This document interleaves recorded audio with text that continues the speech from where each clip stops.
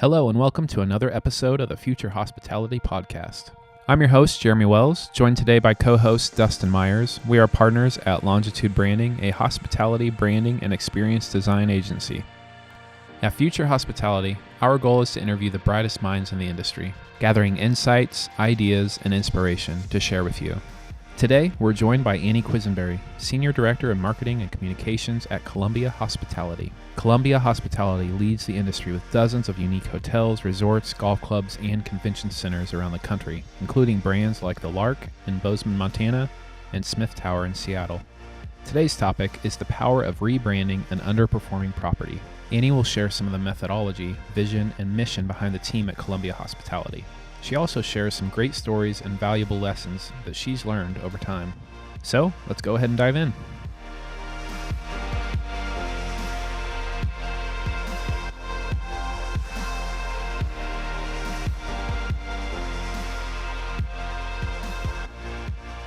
Annie, thank you so much for joining us today. It's my pleasure. We always like to ask out of the gate, just kind of a first question, we'd love to hear a little bit more about the journey in hospitality that you've taken over that time and just kind of hear a little bit of the backstory about you. Sure. So I actually started my career in hospitality, but I did not recognize it at the time. I was fresh out of college and I went to work for a company that manages retirement communities. At the time, I thought I was in healthcare. But as I've learned throughout my career, the business you're really in is not necessarily how your industry is categorized. So retirement living is extremely competitive. And while the healthcare aspect is absolutely crucial, people choose their retirement living organization or where they're going to place their loved ones or live themselves is also very much based on lifestyle, entertainment opportunities, social activities, and of course the service, which as I've come to know are all elements of hospitality. And from there, I went to work for a full service advertising agency where I worked with clients spanning a lot of different industries, including telecom, gaming, automotive, sports marketing, grocery, and hospitality, among several others. I worked at that ad agency for 9 years before deciding to transition to client side corporate marketing. And because I had garnered so much knowledge and experience in gaming over the 9 years, it was a natural next step for me to go to work for a tribal casino resort. And I was fortunate enough to be hired as the director of marketing for a local tribal casino resort to where I was living at the time. And while I was at that casino resort, they hired Columbia Hospitality for some consulting. And that's where I began to form a relationship with a contact from Columbia. So when I decided I was ready to move on from the casino resort, that contact suggested I consider Columbia Hospitality and made an introduction on my behalf. And the timing was serendipitous, and they were looking for a director of marketing to help them oversee and grow Columbia's marketing program and manage the growth that was already rapidly occurring. And through several meetings with many of the leaders there and those conversations, it became very clear that our values were aligned, as my experience was with what they were seeking. So it turned out to be a great fit for both of us. That's really cool. I love that. I love the idea of hospitality without even knowing it. You mentioned that. And do you find that this idea of hospitality, I mean, as we've seen even ourselves in what we do, there's a lot of different ways, a lot of people think hospitality, think hotels, resorts, etc. How often do you think people, maybe like you just said, aren't realizing that they're in the hospitality industry in a way, just because it can span so many different types of, industries and all sorts of cultures and, a lot of different ways? I think it's very often that businesses don't recognize the business they're really in. And there's so many entities out there who are in the hospitality business without realizing they are. Airlines are one that may think they're in the transportation business. I think they're in the hospitality business. I think people choose which airline to fly on based on the service they receive and the experience in getting from point A to point B. And Columbia, in partnership with the clients that we're privileged to serve, have helped pioneer the expansion of the idea of the hospitality industry. Columbia got its start with conference centers, but now we're in 6 verticals, including residential, golf courses, and residential, including condos and apartments. We are in bars and restaurants, hotels and resorts, and a category that we call distinctive venues, which includes tourist attractions, live performing arts venues, cruise terminals. So it's really any industry where there is a service element that an owner desires to elevate. And we can bring that aspect to that business. Yeah, I love that journey of how you kind of cut your teeth in learning how to take care of people, how to make people feel cared for, and then moving into the advertising side and all of the mindsets that go with that, and then now getting to combine both of those at Columbia. That's a really cool story. So how long have you been at Columbia? I have been there just over 3 years now. That's awesome. So tell us a little bit more about the values and the culture at Columbia. Yeah, so our values are really the guiding principles of our business. And I've never worked for an organization that walks the talk of their mission, vision, and values more than Columbia. I think a lot of organizations have them and they're words on the wall that are intended to inspire, but the actual application of them is lacking. And at Columbia, the application is at the forefront of everything we do. You know, we have 3 primary stakeholder groups that we identify at Columbia, which includes team members, guests, and owners. And our philosophy is that if you take care of team members first, they'll take care of your guest, which will produce returns for your owners. So the application of our values starts with recruiting and hiring. We have to find the right people who embrace and embody the values and have a natural inclination for service. And we also apply our values with our client partnerships and our contracts. We have a values statement that is actually part of our management contracts. So any person or business entity that we engage with has to review that and sign that they agree to upholding those values. I love that commitment in how it kind of drives what you guys do day in and day out with everything. And it's, we kind of, we fully agree, like, and we talk with this with all of our clients, is like, you have to let these guiding principles, these values, this mission, not only drive, a lot of people just think that's going to drive your marketing or your, communications to your customers, but really it's going to drive your business decisions. It's going to drive your, standard operating procedures, your team culture, and all these different areas. And I love that you guys kind of live and breathe that for yourself. Yeah, and even taking it like one step further, that the people that you partner with have to agree to that and get on board with that as well. Yeah, that's really I think that's a really cool pull through of the brand culture. Yeah, thank you. And, for the benefit of people listening, I should probably share that our values are an acronym that we use to help remember our values is SEARCH. So our values are sincerity, enthusiasm, accountability, respect, honesty, and creativity. And I got honesty and creativity out of order for how you spell search, but I remembered them all. That's awesome. And those have not changed in the 25 years that Columbia has been in business. Our leadership revisits them periodically and asks the question, should we add one? Should we remove one? And every time they withstand the test of time. We also have a mission and a vision. Our vision is creating exceptional experiences every day, which is really what it boils down to in hospitality. And then our mission is something that we do evolve with the times and work to keep it more relevant. So our current mission is the acronym OMG. And we're considering refreshing this currently, but OMG was established a few years ago, and it stands for, the O is for own the values, M is for make it fun, and G is for get it done.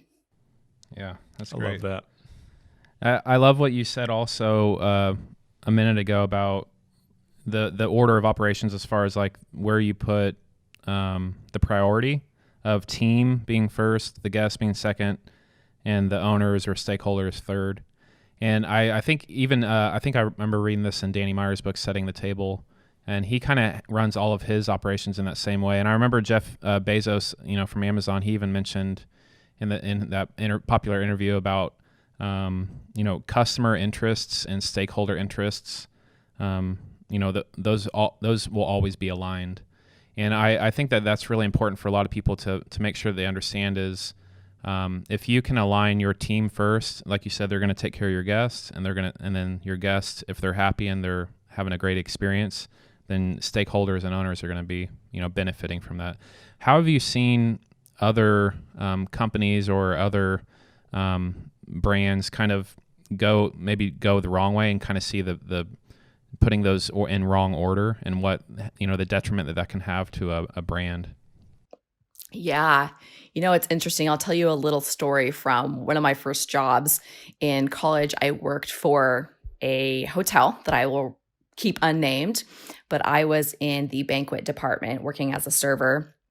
And in my training and onboarding there, I remember being told that I was not allowed to use the same restrooms as the guests, that I had to use the restroom in the basement. And I thought that was such an odd rule, that we were essentially servants. And I get that in hospitality, your role is to take care of people and serve your guest, but that just took it to a whole different level for me. And so I think that's an example of how some organizations take it too far with putting team members in hospitality in too much of a different class almost than their guests. And our goal at Columbia is to treat our team members just as well as we treat our guests. Yeah, that's really good. The more people feel respected, the more they're going to reciprocate that. So I think that's a really good mindset to have. So I know that one of the ways that Columbia helps can be through rebranding and repositioning existing properties. Can you tell us a little bit about that process, some of the principles and guidelines that you go through when you're looking at trying to reinvent somewhere? Sure. So when we either acquire a new property or even have one of our own that over time becomes more challenged, we take a deep dive into any kind of analytical data we have, our market positioning in terms of pricing, as well as brand positioning. And oftentimes there will be things that come to light through that process of maybe the demographic of customer that's coming to our website is not matching the demographic we're seeing on our property. And why are we seeing that gap? Why are the people coming to the website not making the reservations?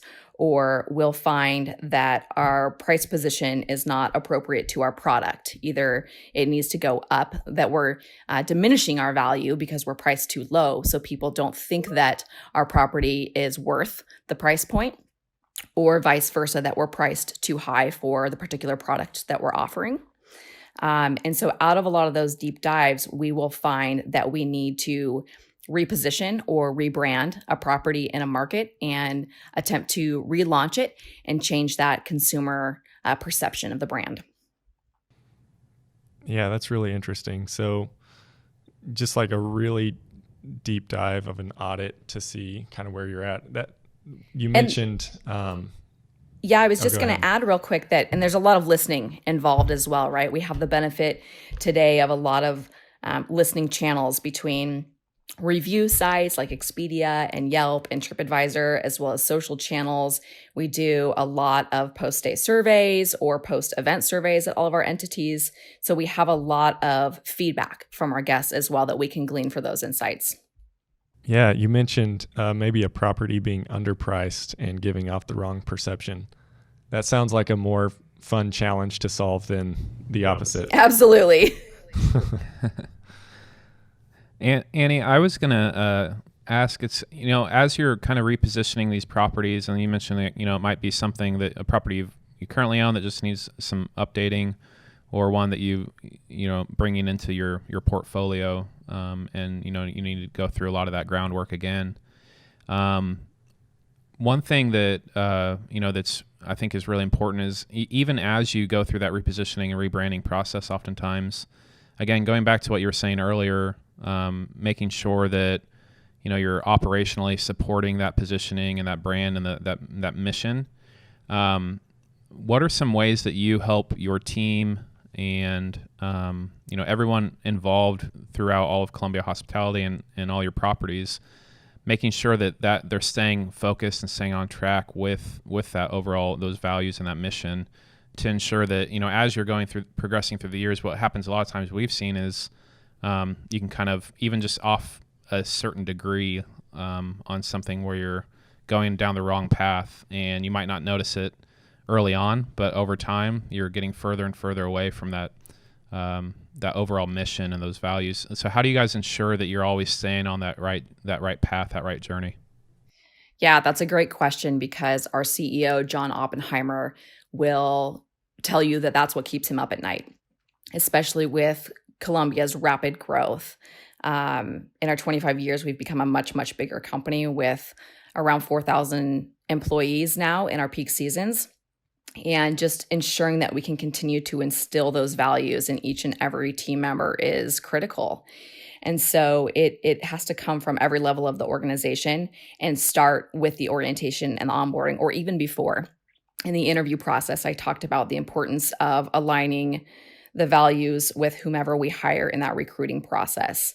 And so our values are interwoven into so many aspects of a team member's path, their work journey. So starting from, their interview, or even when they look at a job description, our values are at the top of the job description. So when they're deciding whether it sounds like a good fit for them, that's part of it.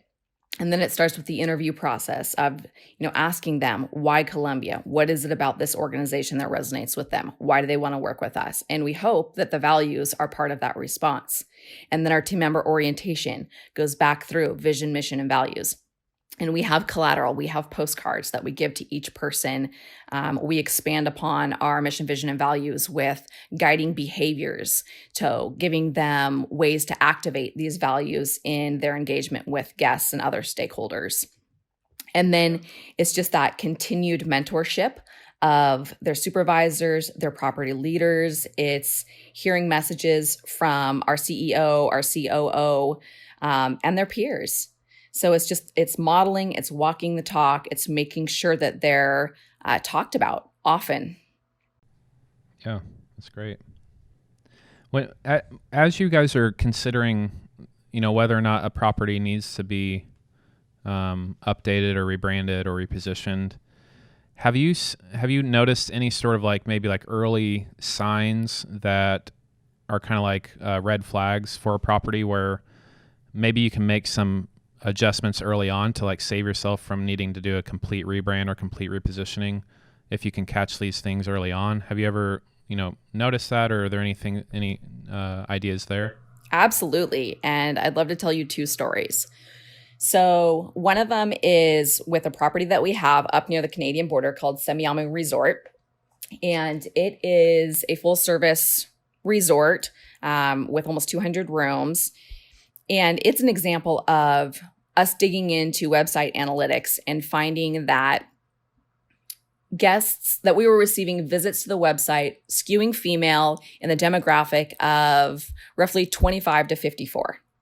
Yet most of our brand positioning and our marketing efforts had been targeted at that baby boomer, that retiree audience. And it was positioned as more of a luxury destination, when in reality, the product probably would not be considered luxury. And we weren't seeing conversions from that age demographic coming to the website. That's not who we were seeing on property. So we quickly realized there's some kind of a disconnect here. Younger women in particular coming to the website, they were interested enough to get there and poke around, but they weren't converting. So we decided to reposition the hotel to be more family-centric and use much more family-targeted marketing strategies and tactics. And that saw vast growth at the property, particularly in the summer months when families have more time and flexibility in their schedules. But even with that repositioning, we've continued to evolve that positioning into what is now operated as a 3-season model at Semiahmoo. So we have distinctly different approaches to our marketing tactics and our target audiences, whether it's July, October, or January, because who can come to that resort changes. When families go back to school, it becomes much harder for them to break away outside of school breaks.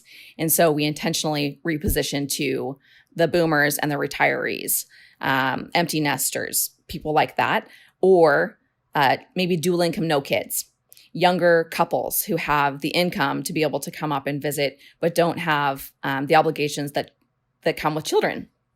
So that's one example. Second example is a property called Smith Tower, which falls into our distinctive category, distinctive venue vertical. And Smith Tower is an observatory that's housed in a historic building. It was the first and tallest skyscraper in Seattle, built in 1914. And it has this great storied history from prohibition and rum running in the basement to corrupt police officers and radio broadcasters. And it's fascinating if you ever have the chance to visit and dig into a little bit of the story there. But we partnered with the owner of that property who renovated the visitor experience about 3.5 years ago and relaunched it to open publicly back to the market. And it has 3 really great things going for it. 1, the historic aspect. 2, we have an incredible bar program there. Our craft cocktails are awesome. And then 3, it's 35 stories up in the air. So it has amazing views of Puget Sound and downtown Seattle and the Olympic Mountains.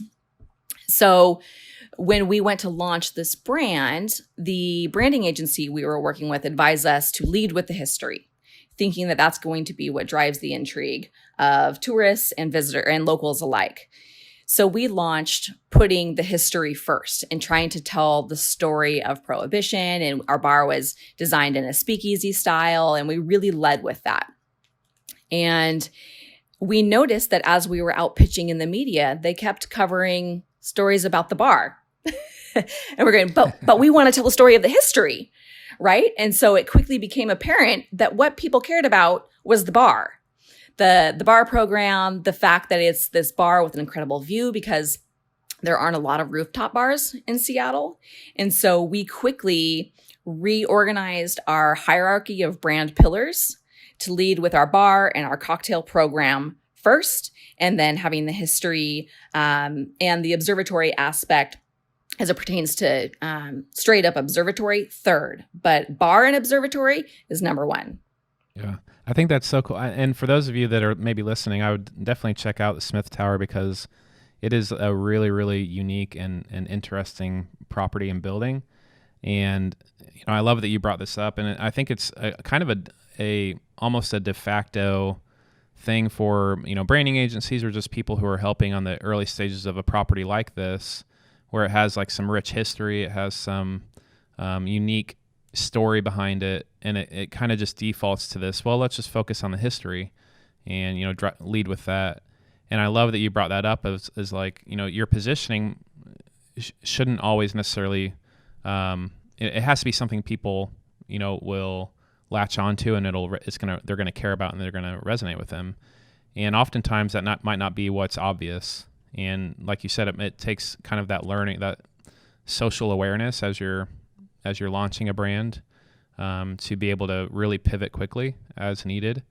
And sometimes you can mitigate that, early on with some, maybe a little bit more surveys or research or whatever, if you can do that. But, I think you're spot on. And I think that's a really cool story of how you guys, launched that brand.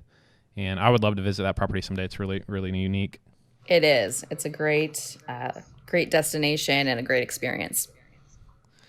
Yeah, I think good branding is part art, part science. But I love that how you were able to pivot based on the feedback, and maybe things weren't as they appeared, but figuring out what it is that people really enjoy, and being in tune enough to make that change. And on that first story too, I think that really shows the power of being able to capture customer data and insights, and actually be able to turn that into action. And I think that's a big need, especially in a lot of hotels and hospitality brands, is they're capturing all this data, but they're not really doing anything with it, or using it, leveraging it to its fullest. So I love that you guys were able to capture that data about who the purchasing behavior, the booking behavior on the website, and turn that into an action step for you guys. So that's really cool. Thank you for telling that story. So as you're leading, I assume as Senior Director of Marketing and Communications, when a property is going through a repositioning, you're working with ownership, with your internal team, maybe an external branding agency or a marketing agency. How have you been able to successfully create a unified vision and make sure that everything from interior design and architecture and print collateral and just all the different touch points of a brand come together to tell the same story? Yeah, so I think in doing several of these over the last few years, one of the keys is to establish the vision for the brand early. Get all the stakeholders together, have discovery sessions, get that input, and distill it down to a concise and clear brand statement that doesn't have a bunch of marketing lingo, marketing speak, because you have people from all different, marketing savviness coming to the table who have to be able to understand and own that brand promise. So, and then from there, it's building it out into much more definition. A good example of this that I can apply to a property is Sage Lodge. And Sage Lodge is this 50-room, fly fishing inspired high-end lodge that's set at the base of the Rocky Mountains, not far from Yellowstone National Park. And this is a fun story because the ownership of Sage Lodge hired Columbia Hospitality to go purchase them a fly fishing lodge in Montana. And after our due diligence, we couldn't find one. And we came back to them and said, unfortunately, we weren't successful in finding a lodge that in good faith we could recommend you purchase. But we did find you a piece of property that would be absolutely incredible, and you should build a lodge. And they bought into the idea. And so that was the impetus for the vision of what would become Sage Lodge. And that particular ownership was extremely instrumental in developing the brand because they had such a vivid vision for what this place was going to be and what that experience was going to look like. And so we worked at least a year in advance to establish what this brand promise and the brand vision for the property was going to be.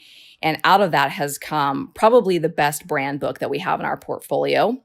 And I can just share a few tidbits from it so you can see how we have tried to distill a brand that can be sometimes elusive to people into a pretty clear and straightforward and ownable mantra and aspects of it. Would that be helpful? Yeah, definitely awesome. Okay, cool. So Sage Lodge, you can kind of envision it based on what I've described.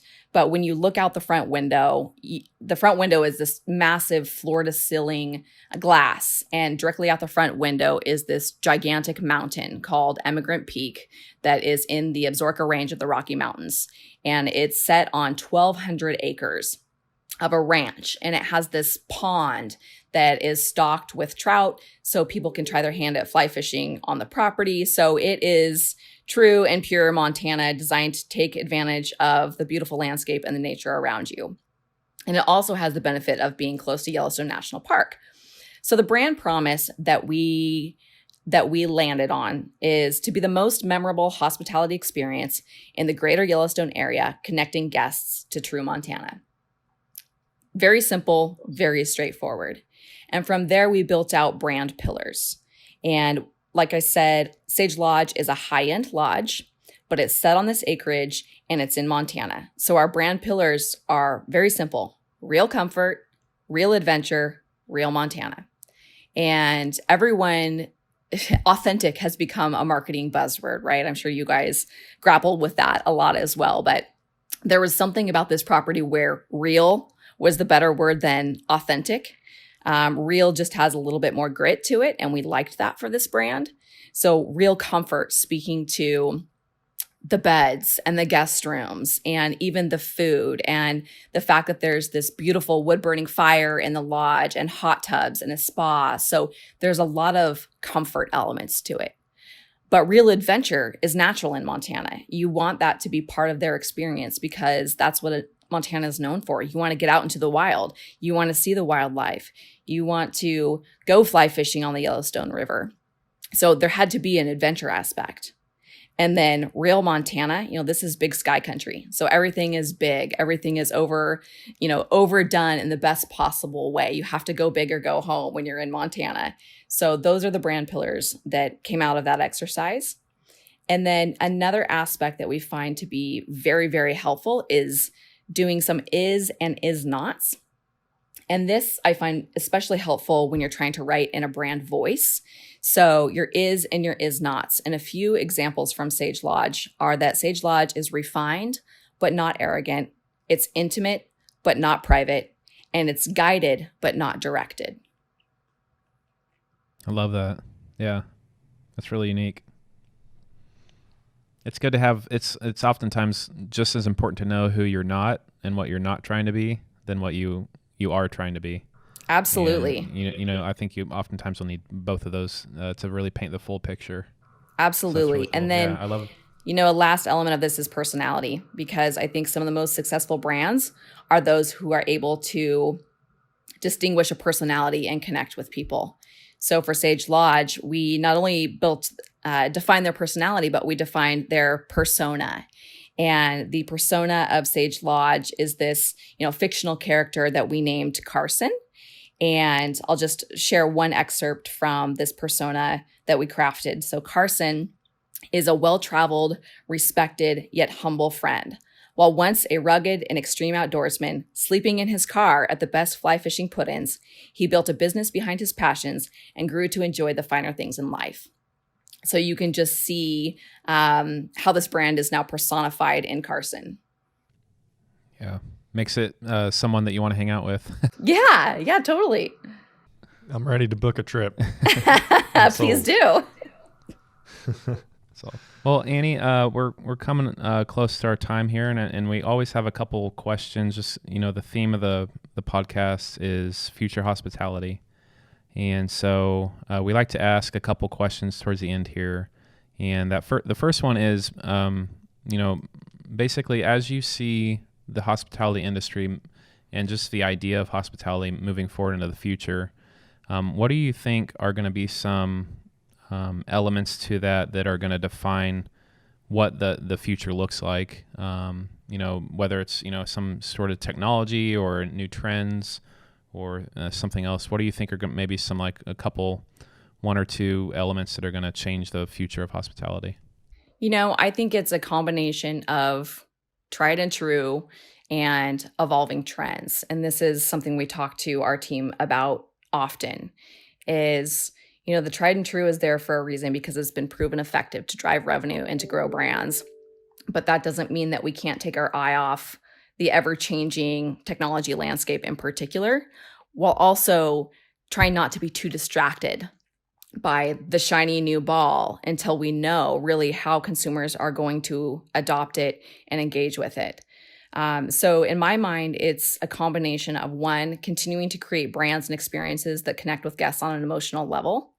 The competition to break through the clutter of brands is getting more and more fierce all the time. So you have to work to stay relevant and demonstrate an understanding of your guest. You have to know how and where they consume media so that you can stay top of mind.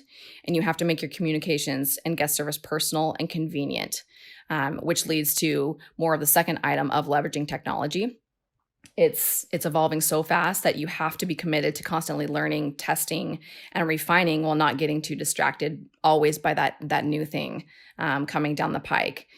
that you need to wait and see how it's going to be adopted or how it's going to prove to be effective. Web chat and on-property text communication with guests, while those aren't brand new, they are certainly still in that adoption curve where more and more properties are starting to implement that live web chat and texting with their guests on property. And now they're implementing more and more AI management of those. So I think that's something that's going to help improve the future of hospitality and the brands that guests choose to stay with. And I think the other part is keeping your eye on what's next. 2020 seems to have voice search at the forefront of a lot of the conversations. And voice search is certainly being adopted more and more, but the capability and the sophistication of it has a long way to go before it's going to replace desktop search and other types of or other channels for getting information. But it's certainly something we're keeping our eye on. Yeah, for sure. So at a more personal level, what does the future of hospitality for you look like? What are you excited about? What challenges or projects are coming up that you'd like to share? Yeah. For me personally now, as the leader of our marketing and communications department at Columbia Hospitality and the growth that our organization is experiencing, it's really focusing on how I can continue to help our team improve our marketing strategies and practices. We have an incredible team of passionate hotel marketers who are always eager to learn and try new things, but it's me trying to temper that enthusiasm and excitement with not abandoning the things that have worked so well for so long. And then I think for projects specifically relating to Columbia Hospitality, we have two really incredible projects in the pipeline. We have several, but two that I'll speak to today. And one is a property that's in construction in a city just north of Seattle called Kenmore. And the property is called the Lodge at St. Edward Park. And what makes this project particularly fascinating is that it's a historic renovation and preservation project of a building that used to be a Catholic seminary. So the bones of it are absolutely incredible. And the developer is very passionate about historic preservation, and he's renovating it to be an incredible high-end luxury hotel. And that hopefully will open sometime next year. And then secondarily, we're working with that building is beautiful. Oh, you're familiar with it? Yeah, we've seen it. Okay, awesome. And then the second one is working with a family who's rebuilding a hotel after an unfortunate fire in 2018. And it's called Mary's Lake Lodge, after Mary's Lake, which is located near Estes Park, Colorado. And Estes Park is home to the entrance of the Rocky Mountain National Park. So it's an absolutely stunning area, and we'll be really excited to launch that project next spring. Some exciting stuff coming up for you guys. Yes. It's going to be really cool. Never a dull moment. Well, we love what you've shared. Love what Columbia is doing, and getting to hear more about kind of the behind the scenes look at the culture and the brand. If somebody wants to follow along and stay connected with you and Columbia, how could we do that? Absolutely. So you can follow our social channels on Facebook, Instagram, and LinkedIn. Just search for Columbia Hospitality. Our web address is columbiahospitality.com, or you can always reach out to myself directly. I can be found under the leadership section on the website, or you can email info@columbiahospitality.com, and we'll make sure your inquiry gets routed to the right person. Awesome. Annie, I appreciate your time, and thank you so much for sharing a lot of these interesting stories and getting a little peek into, you and Columbia Hospitality and the way that you guys create these amazing properties. It's been my pleasure. Thank you so much for having me. I hope you enjoyed today's episode of Future Hospitality Podcast. If you enjoyed today's topic and episode, please leave us a review. You can also find us on Instagram at Future Hospitality, and on Facebook by searching for Future Hospitality.